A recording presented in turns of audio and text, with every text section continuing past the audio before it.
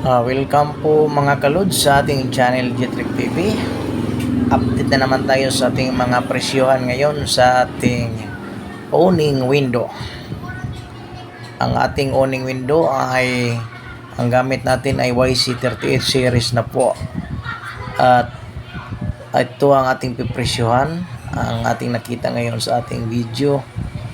Ang ating presyohan ay ang analog frame at ang clear glass na owning window. Mga kalods, ito po makita natin sa silid. Yan, nagagamitan natin to ng mga bar hinge na side open po para gusto kong ma-open lahat. Yan, pwede siya maano sa taas kasi pag center open nasa gitna lang yung ano niya, pwede pa yan open natin ng malaki. Yan. Yan. Yan. May mga ano po yan, mga bubble vinyl para hindi makapasok yung tubig. May center lock ano niya, cam handle. Yan, stainless po yung ano natin, 4 bar hinge. Ito po. Ang ganda mga kalods. Ang presyohan po nito depende sa kalaki. Depende sa gamit na glass. Ito po ang presyo natin na glass na clear at analog frame. At i-ano ko sa inyo mga kalods kung magkano ang square foot nito para may idea rin kayo kung gaano kalaki yung owning window na paggawaan nyo at matansya no kung magkano ang square foot ng owning window. Mga kalods, ang palagi ko po yung ano po, depende po yan sa location ninyo, sa area ninyo. Kung mura yung supply, adjust rin tayo ng presyo. Kung mahal, adjust rin tayo. Kasi hindi magkapare-pareha yung presyo, depende po sa lugar ninyo po. Dito po sa amin, sa Masbate, yung ipipresyo ko ngayon, ang update po natin kung magkano ang square foot na nito. Ganito kalaki mga kalods, ay nasa 2 feet po yung height.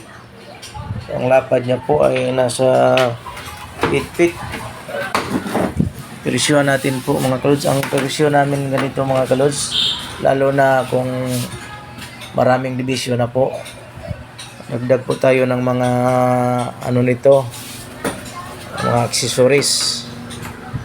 2x7 2x8 kasi yan, 2x8 equal 16. Ito times po natin sa 500.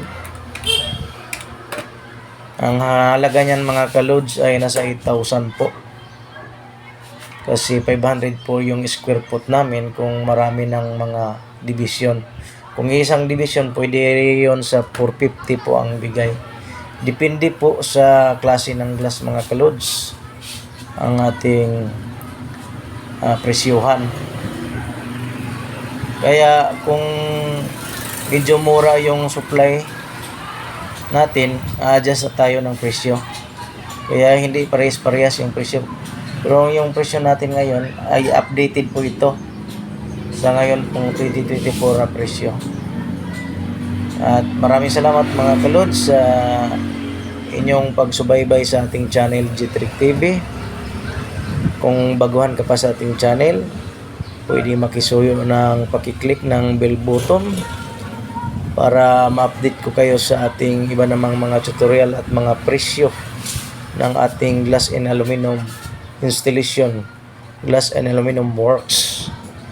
Lahat po, pwede po kayong magtanong dyan sa ating comment section kung mayroon kayong mga katanungan about glass and aluminum installation para masagot po natin yung mga concern po ninyo. At maraming salamat ulit mga kalods sa inyong pagbisita dito sa ating channel Jetric TV. God bless everyone.